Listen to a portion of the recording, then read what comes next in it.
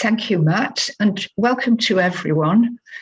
A big welcome to Dr. Alan Race, who will speak to us this evening as part of Interfaith Week nationally. We must remember that. We try most years in our faith awareness programme to have talks and meetings. This year, we are listening to Alan. Hopefully, we can meet in person again before too long. Faith awareness is really important to us, and I sincerely believe that it is central to our future as communities in this country, as peaceful communities.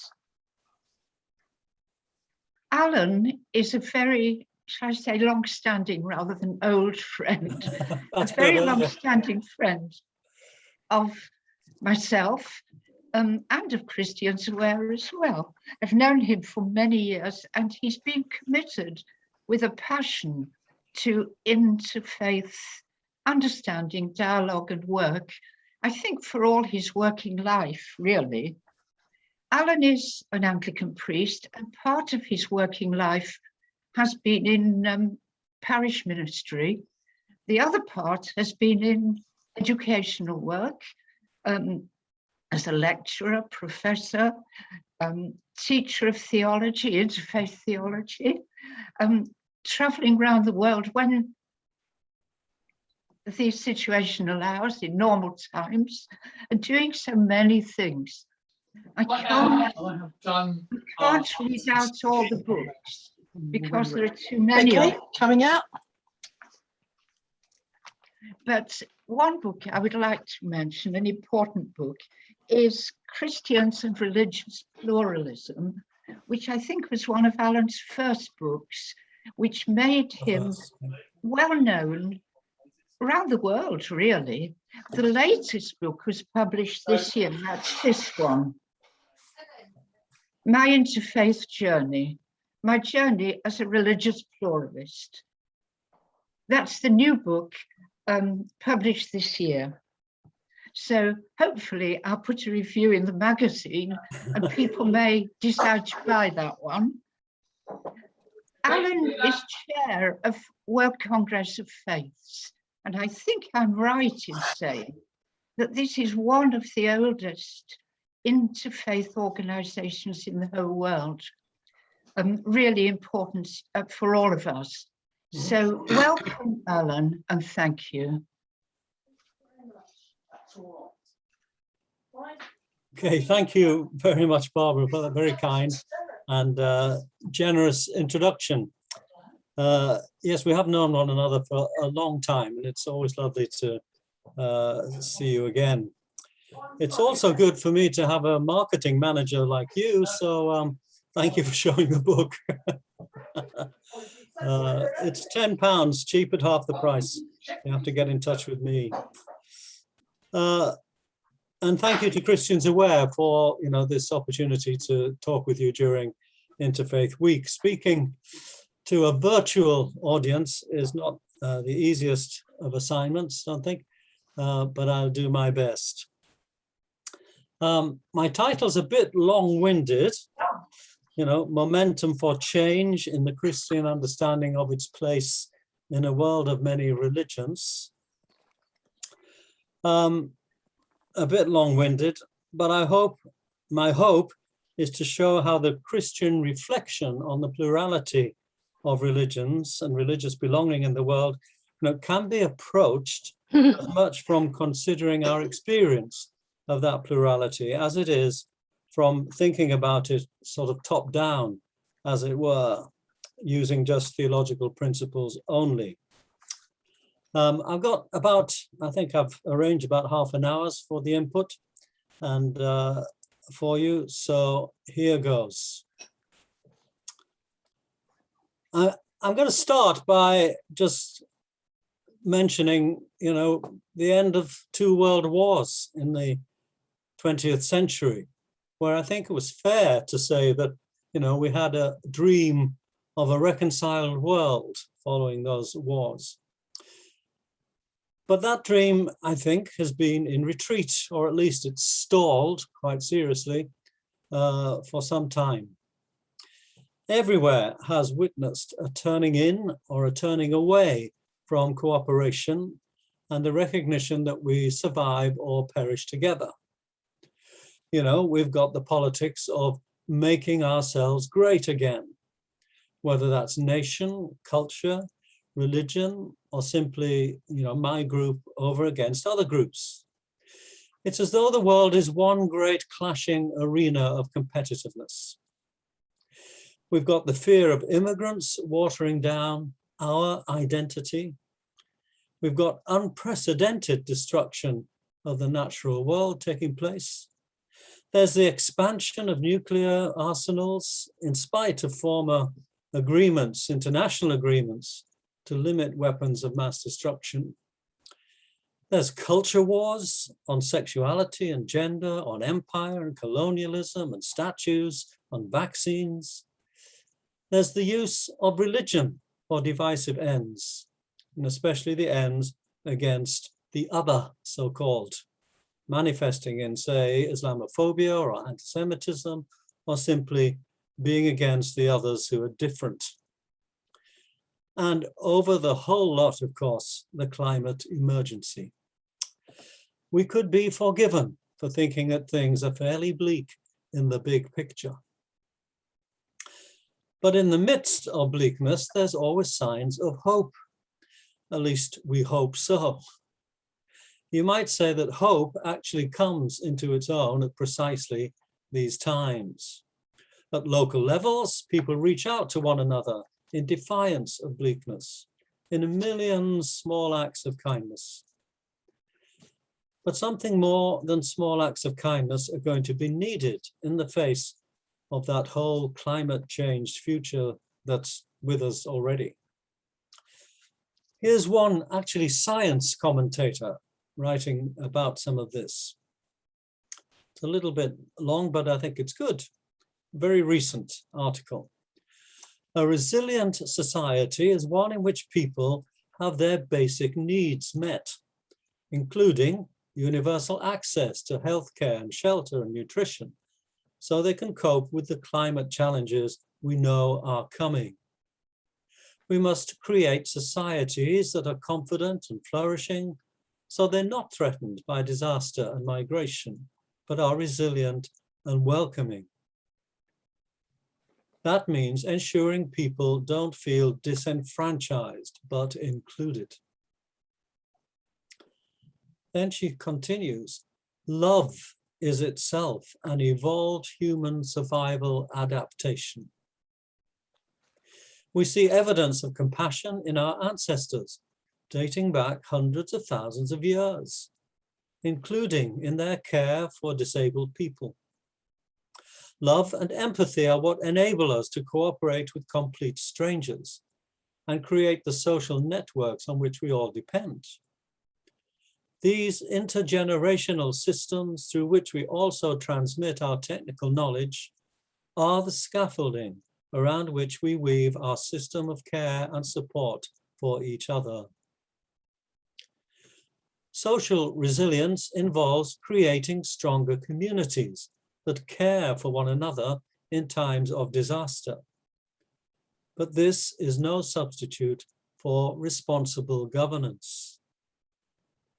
We must love ourselves enough to demand more of our leaders.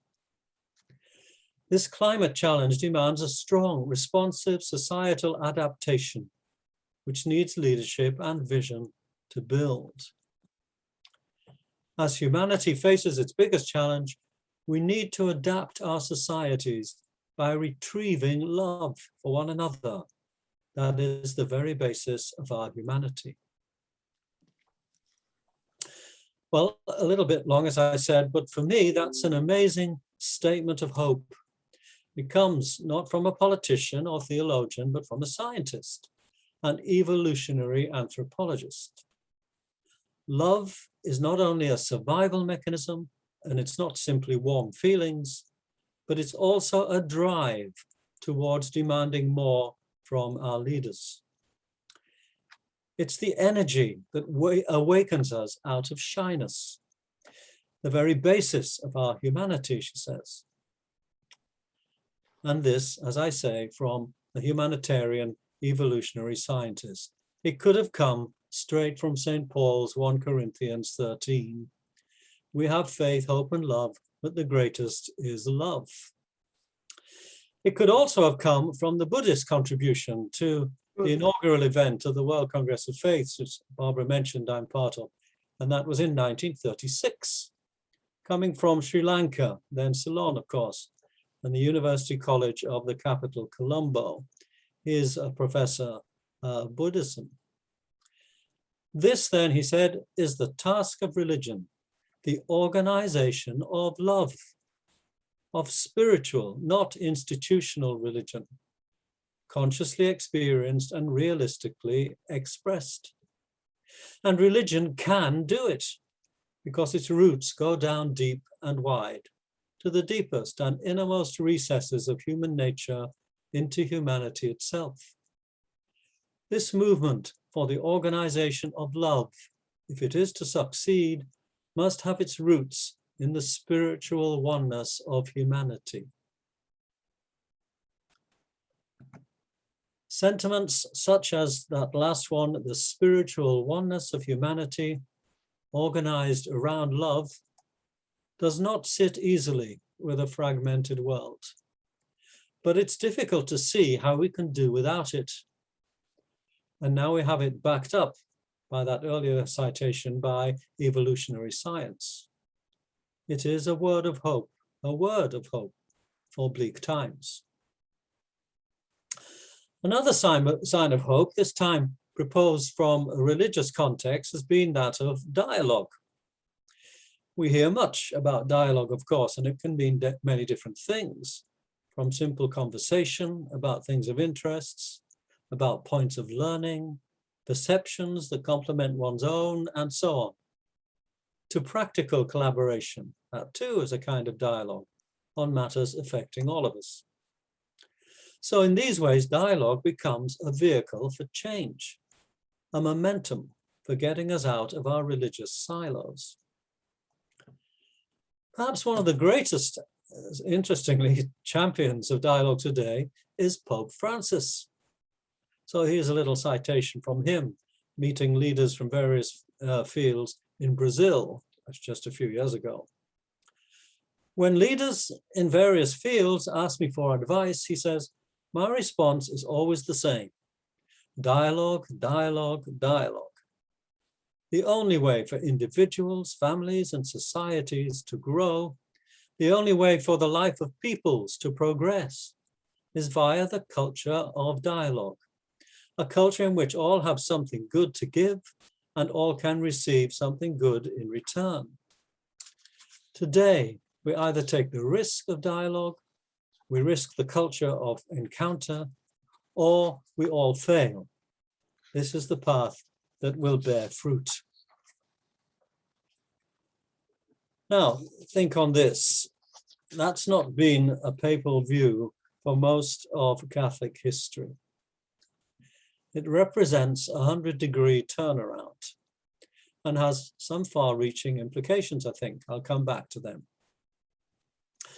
But what I want to do now is to apply this idea of dialogue in the spirit of Pope Francis, if you will, in two areas of life, affecting who we are and what we hope for.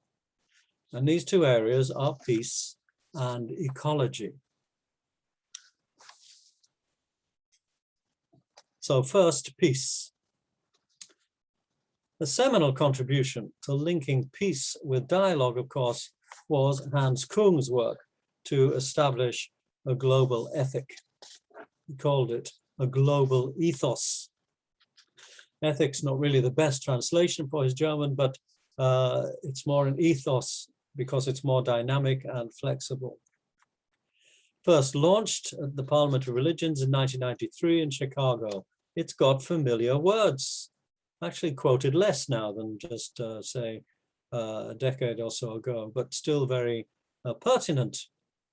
He says there's no survival in our world without a world ethic, no peace in the world without peace between religions, no peace between religions without dialogue between religions, no dialogue without inquiry into the foundations of religions. He did inquire into the foundations of three religions, mainly Judaism, Islam, and Christianity, and produced some very fat, impressive books. But there's a lesser known book of his which sketched out the convergence of values that would support a global ethos, a global ethic, and that was needed if the modern world is not to be guided only by technological fixes and capitalist consumerism. That ethic was centered around four, what he called irrevocable directives. I think I needed a better translation there as well, but just leave it for now. Four principled areas for attention and action. And these were gender relationships, economic justice, violence and war, truthfulness in public life. The agreement on an ethical approach to these areas was eventually forged after a long consultation period. More recently, the area of ecology has been added as a fifth directive.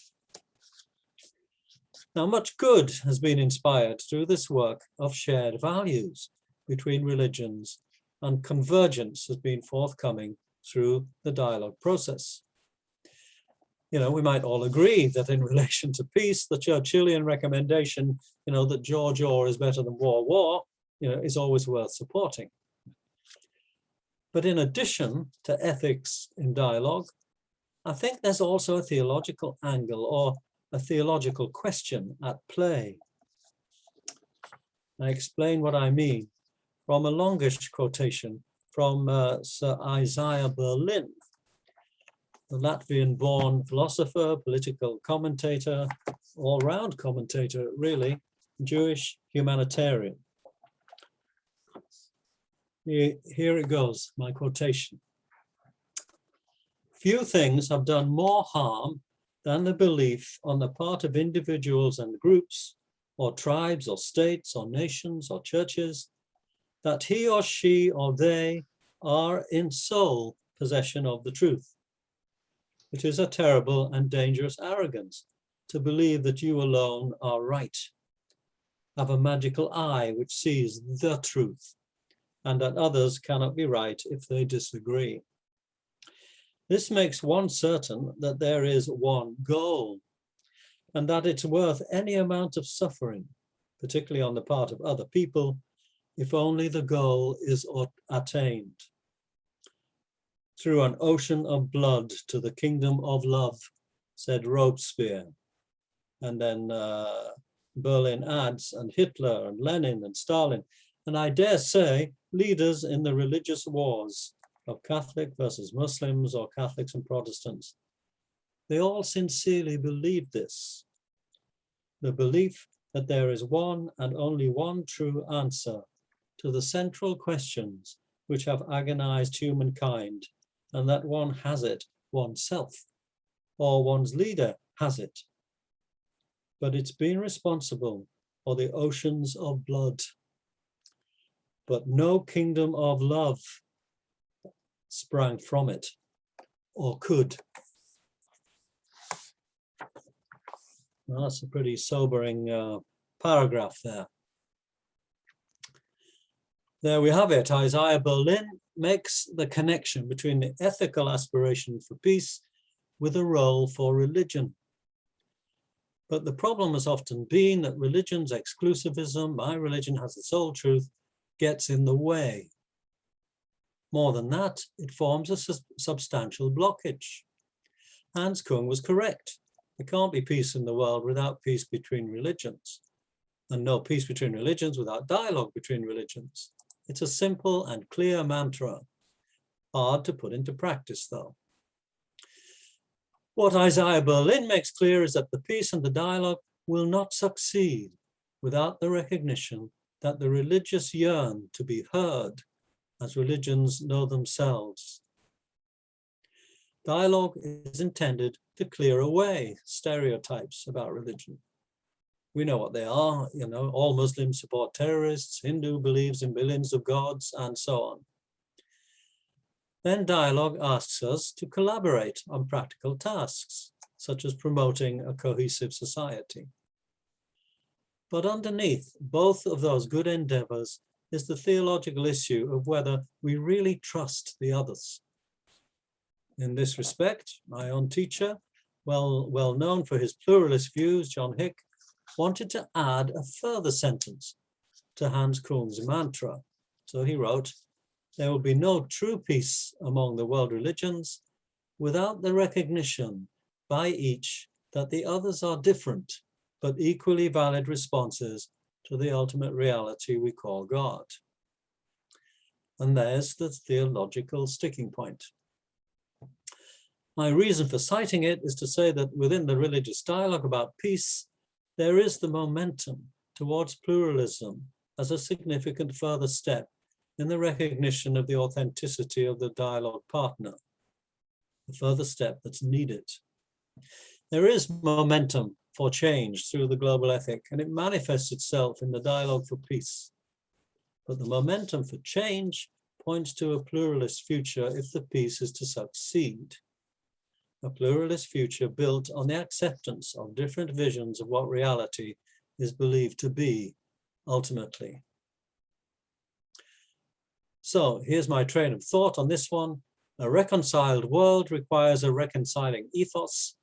A crucial dimension of that ethos is a peace which is more than the absence of war.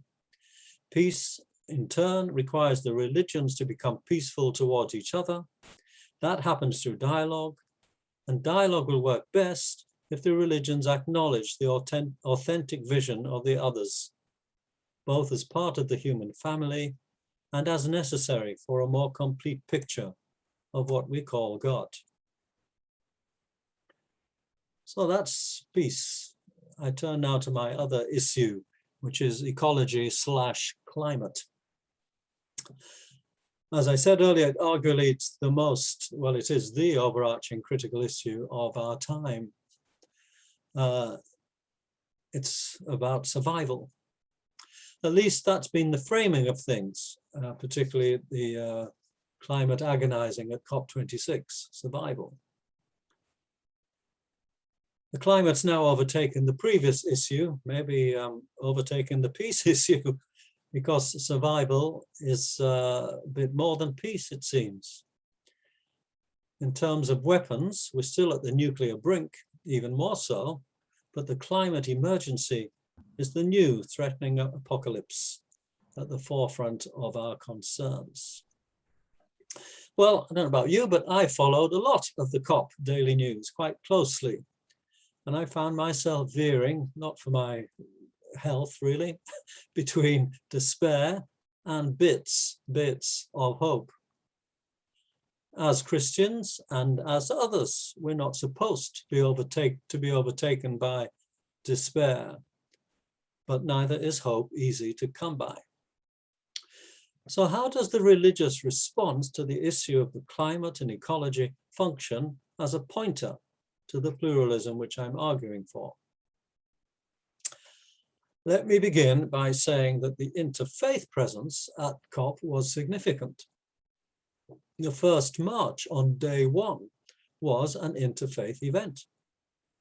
And religious leaders being interviewed on radio and TV were often pretty impressive, which is not always the case. And many statements have been offered. One of the best, in my view, was the joint appeal issued actually a month ahead of time from Christian and Muslim and Jewish, Hindu, Sikh, Buddhist, Confucian, Taoist, Zoroastrian, and Jain traditions. So presenting a broad range of faith leaders together with scientists. The British and Commonwealth Foreign Office reported on it and highlighted what we've become familiar with now. First, we aim to reach no more than 1.5 degrees increase in temperature. Second, we need to supply the necessary finance to assist poorer nations to make the transition to a low carbon economy. And third, the call to faith communities, this was an interfaith statement, don't forget, is there so that we do what we can in our own backyards to help. The statement also said, well, the British and Commonwealth Foreign Office said, there was a moral duty on everyone to go for these goals. So here was an interfaith appeal with different traditions collaborating for the sake of the future. But there's a further point to make. The appeal said that today we know more and we have to care more. We need a framework for hope and courage, a spiritual framework, if you will. We need to use the knowledge of science and the wisdom of the religions together. That's what the Interfaith statement said. Two sides of one coin. Languishing in despair is not a religious option.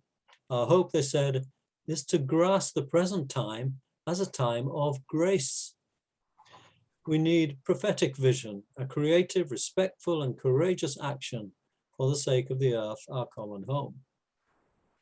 So the opportunity of grace proceeds from a recognition of commonality, of mutual belongingness, of shared responsibility, all indicators of human unity. The whole COP26 experience in Glasgow has revealed, I think, as never before, the interconnectedness of nature, nations, and peoples. And the recognition of that interconnectedness has been born of apocalyptic alarm at the thought of human damage to the ecological foundation of all life beyond repair. But there are other routes to interconnectedness as well, especially from the cosmologists. We're now all united, they say, under one universe story, from the Big Bang onwards. And this has led to interfaith activists and theorists to argue, along with someone like John Darcy May from the Irish School of Ecumenics, who has a long history involvement in Christian-Buddhist dialogue. I quote with him, "We're now in a position," he says, "to explore the complementarity of traditions in the context of real and urgent problems which know no borders." You could say that this is what is at stake in the present moment. And if there's a moral duty for religions to profess the desire to collaborate for the common good, such as in the climate discussion, then there's also the need to underpin such collaboration with interreligious spirituality and theology. The world is pushing religious communities to recognize one another as brothers and sisters. That's my point. Momentum for change comes from outside the religious world, and it pushes for change in the way religions view and approach one another. I'll give you one more example of this momentum for change from below, as I called it, from probably the most radical document to emanate from Christian-Muslim dialogue at high levels of religious leadership. And I'm thinking of the agreement in February 2019 by, again, Pope Francis and the Grand Imam of Al-Azhar University in Cairo. The document was called the Document on Human Fraternity for World Peace and Living Together, signed in Abu Dhabi. After outlining the many respects in which a troubled world in need of peace and justice and sustainability demands the ethical and practical collaboration between Christian faith and Islam, in this case, the document dropped in the following sentences. Freedom is a right of every person. Each individual enjoys the freedom of belief, thought, expression, and action. And then the pluralism and diversity of religions, color, sex, race, language, are willed by God in his wisdom, through which he created human beings. This divine wisdom is the source from which the right to freedom of belief and freedom to be different derives. Therefore, the fact that people are forced to adhere to a certain religion or culture, must be rejected. Well, that paragraph is framed as one about the freedom of religion, belief and practice, but it contains that giveaway line: the pluralism and diversity of religions are willed by God in his wisdom. It was as though the Pope and the Grand Imam had strayed beyond ethical aspirations into the territory of interreligious theology, territories usually kept separate. The pluralism and diversity of religions are willed by God in his wisdom. Needless to say, it was a sentence that caused a great consternation in both Christian and Muslim circles. And it's the furthest that dialogue documents promoting the common good have gone down the road of theological rapprochement. But that's my point, that the world again is pressing this on the religions. If the ethical imperative to work together is to have momentum, it will need some theological underpinning. And that underpinning will be in the direction of exploring the complementarity between traditions at philosophical and theological levels. Perhaps I can put this or repeat it sort of in the form that John Hick used when responding to Kung's call for a global ethic. No survival without a world ethic.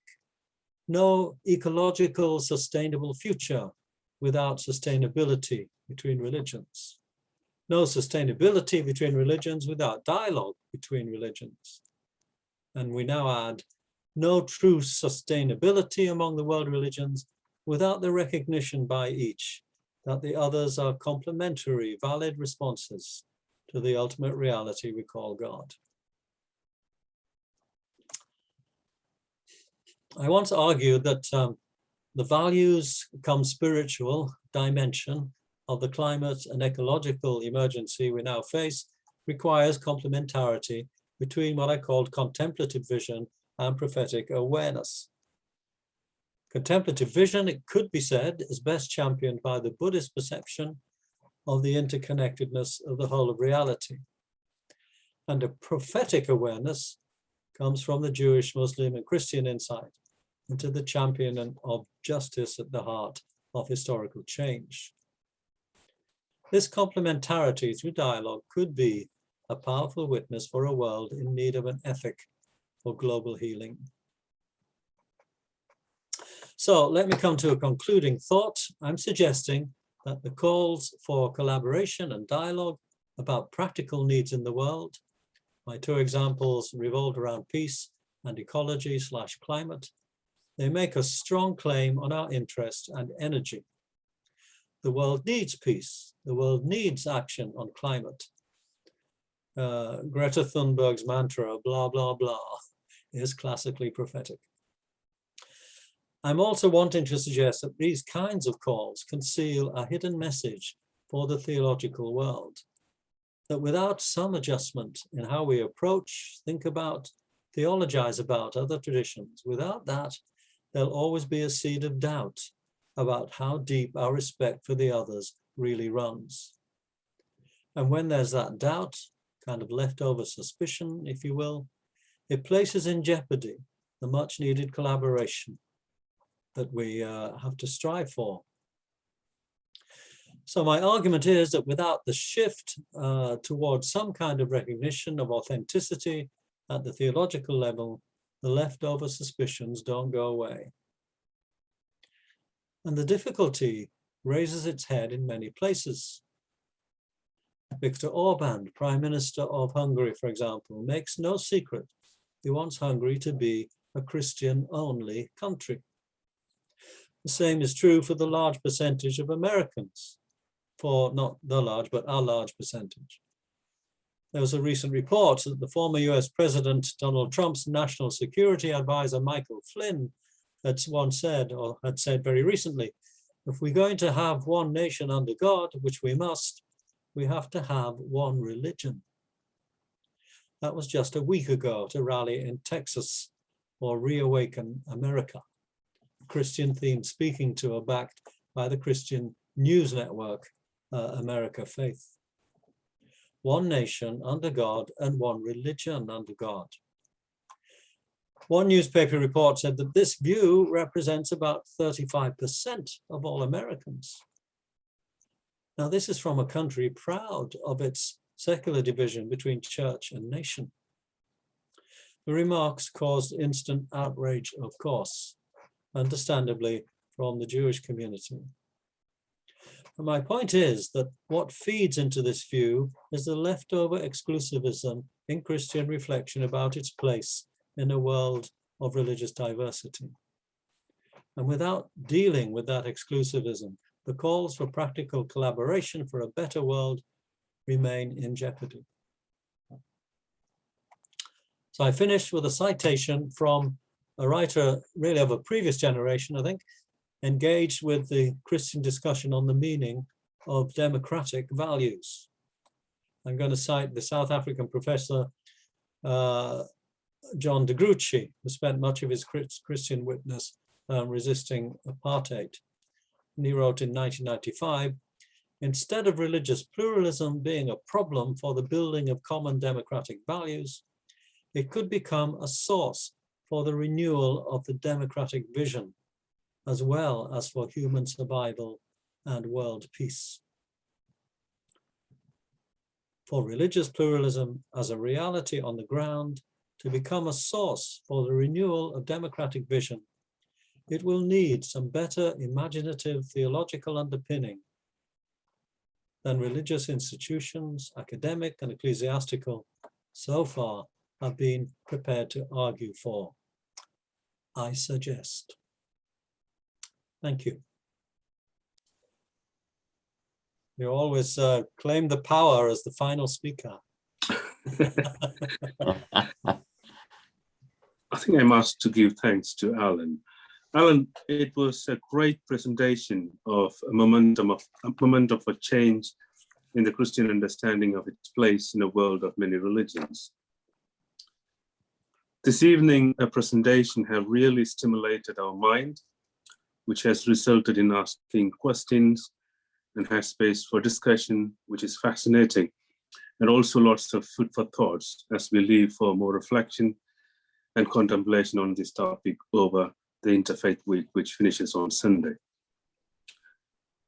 We are living in a world where we are interconnected. I think you have highlighted in your presentation about the COP26, about the interconnectedness of nations, nature, etc., working together, how we collaborate for a better world, and are closely connected to, and we are closely connected to each other. And also we need support from beyond our own comfort zone that include our own boundaries. And therefore interfaith work, and of course, the work that Dr. Alan Race has been involved in over the decades, both academically and through his church ministry, is able to inspire, educate thousands of theologians, parishioners, etc., to broaden their understanding of religion through his talks and writings. Alan has reached out to thousands of people across the world through his writing, and I'm really honored that I have privilege to thank him on this occasion. I think we need more conversations and talks like this, open our hearts for understanding of other religions and one another. And I'm really grateful for Barbara for asking me to thank Alan on behalf of Christians Aware. I did study about Dr. Alan Race and his writings on theology of religions, exclusivism, inclusivism, pluralism. It is very needed in the modern British, particularly modern Britain, particularly in the society are becoming plural societies. His writings have broadened my understanding of religions and also changed myself to be more open to other faiths and none. Having come from a strong Christian upbringing, and his writing have influenced me and my work. So I need to make a note here. And thank you, Alan, for that. Very kind of you to say that. Yeah. Alan, thank you very much for the time you took to deliver this talk for Christians Aware. It is great that your talk really makes sense. And of course, your academic background and your lived experiences, that we are able to grasp many things. On behalf of Christians Aware, and also those who have been listening to this talk from all over UK and from Australia, I thank you very much for your time. And we wish you all the best for your interfaith work. Thank you. Subhash, thank you very much indeed. That's very, very kind of you. those words. And thank you to Christians Aware for asking me. Thanking again. Great, it's a great organization, and must be of a great age right now. How old are we as Christians Aware?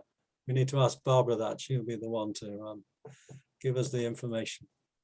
Much needed. But thank you. It's we've celebrated 30 years of Christians Aware as a charity, yeah, but we really go back 40. Yeah, easily. So it's a long time. That's right. Oh well, thank you, 40 Alan. years, Thank you. just a little bit less than what I am. Great. Thank you, Barbara, and thank you, everyone. I've enjoyed it immensely. A great